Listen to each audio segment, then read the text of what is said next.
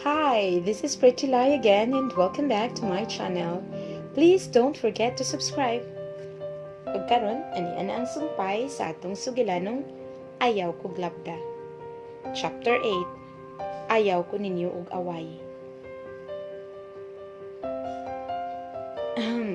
Kung unsa man imong nakita sa library, Fred, it's not what you think it is.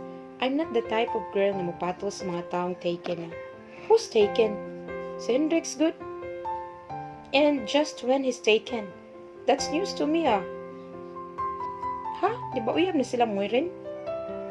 Haha, Hendrix and Moirin? No way. Hendrix don't do girlfriends. What? Really? I mean, aren't they together? Suko pa ganito sa Moirin ako pag nagkatinan-away raming Hendrix. Giyabaan pa gani ko niya og juice niya. Dili day sila. Nalibog ko kalit mga besh, pero there's this little part of me nga medyo nalipay pagkaibaw nga dili day uyab si Hendrix ug Maureen. You don't know Maureen. She's always been like that. Kung naa siya'y magustuhan, bisan pa og wa makagusto niya, magselos gyud na siya. She's very territorial pa gyud, bisan wa pa siya right. Halaha, makalagot kay siya. Nagpasensya lang ko niya last time kay abin ako og they're in a relationship. Yes, they're in a relationship. Love-hate relationship. Pag-amot na mo sa door sa among room, igo gyud ni Belle. Ug naa pa gyud si Hendrix sa lobby. Nagtan-aw niya tabis na pud kayog tinan-awan. Nangatawa ra gani mig Sigfred bahin atong last niyang gisulti. Sumao to pa as if ra ko nga wa ko kabantay niya. Gikuha na ko akong mga libro from Sigfred. Dayon, padong ko sulod sa room. When? What a sight! Yesterday you were in my arms, Yumi. And now you're flirting with Sigfred?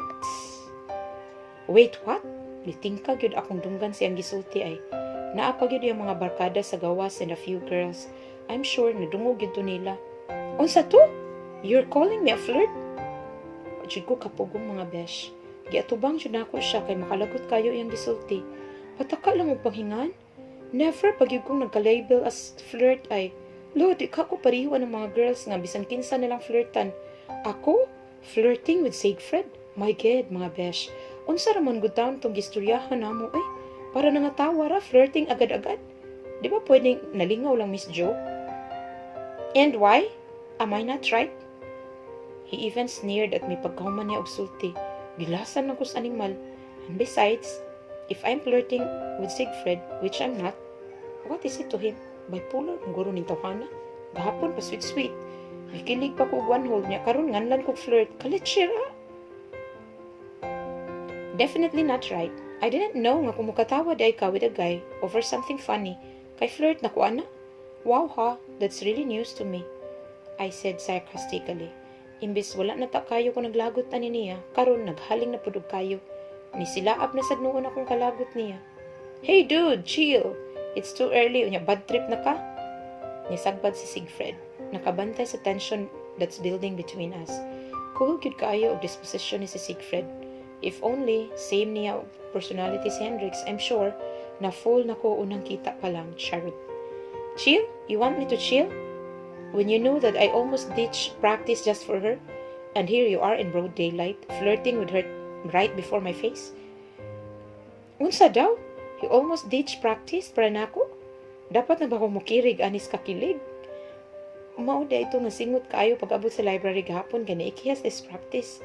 Haha, ni mo Hendrix, makalibog jud ka. And don't you give me that tone, Hernandez. I didn't do anything.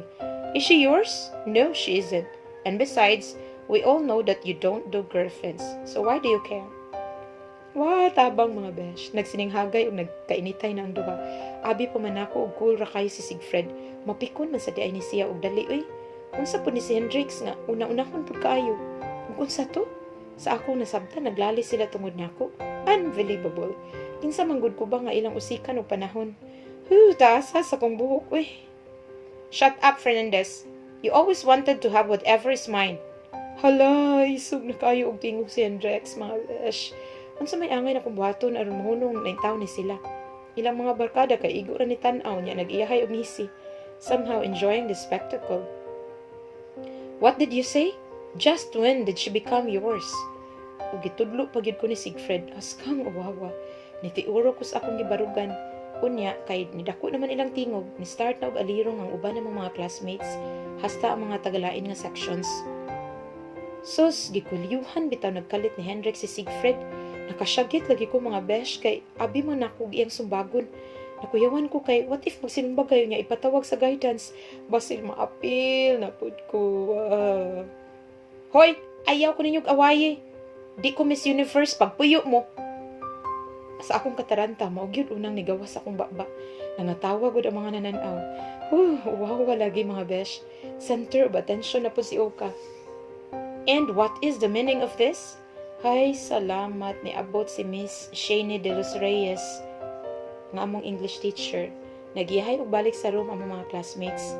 Gibuhian sa ni Hendrix ang collar sa uniform ni Siegfried. Hala, oy, gwapa kaya akong pamati kay duha gid ka gwapo nag-away tungod nako. My God, mga besh, kasagang mo ana. What are you waiting for? Get inside, you too. Niuna na ko og sulod kay basin makasab-an kog apil. Wala para ba ko nahuman sa akong 1 week detention sa library. Hay, another trouble na pod, starring Hendrix again.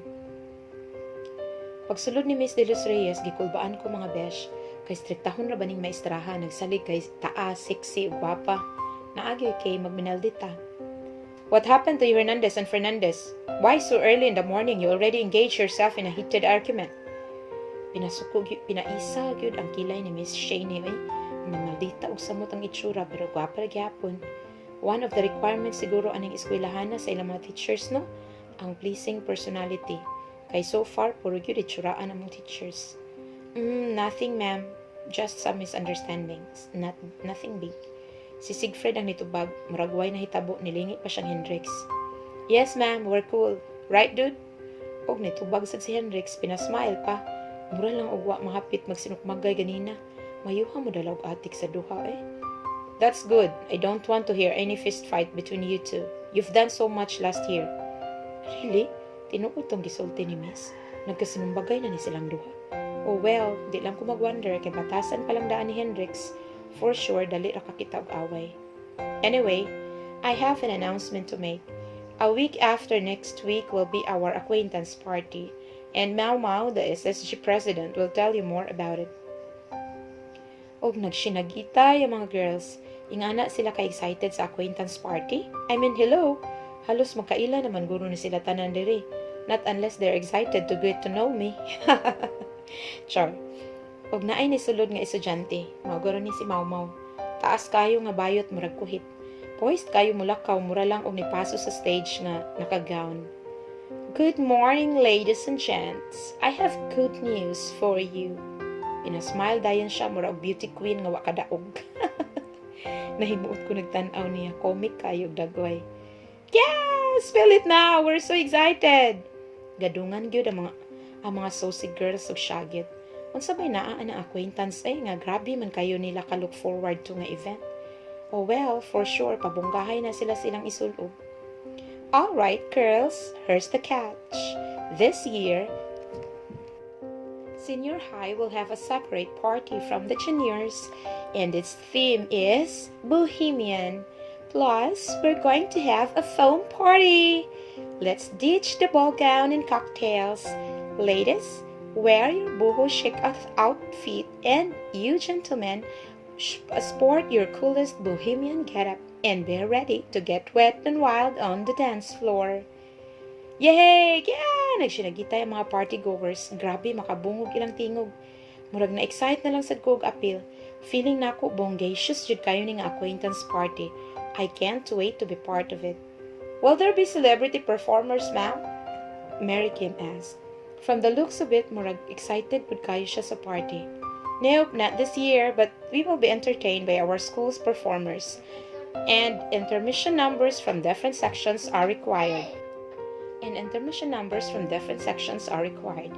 So, mag-inform na lang ko daan that you should send a representative or representatives for the said intermission. It could be a song or dance number. Pwede solo, duo, or group. Depende ninyo sa inyong ganahan. I need the names tomorrow. Sige Mau, I will give it to you. We'll decide first who will represent our class. Nitingog si Jo Marie ang president sa among klase. Alingugngug na dahil kaayo kay nagtudtud man sila o ginsay mo perform.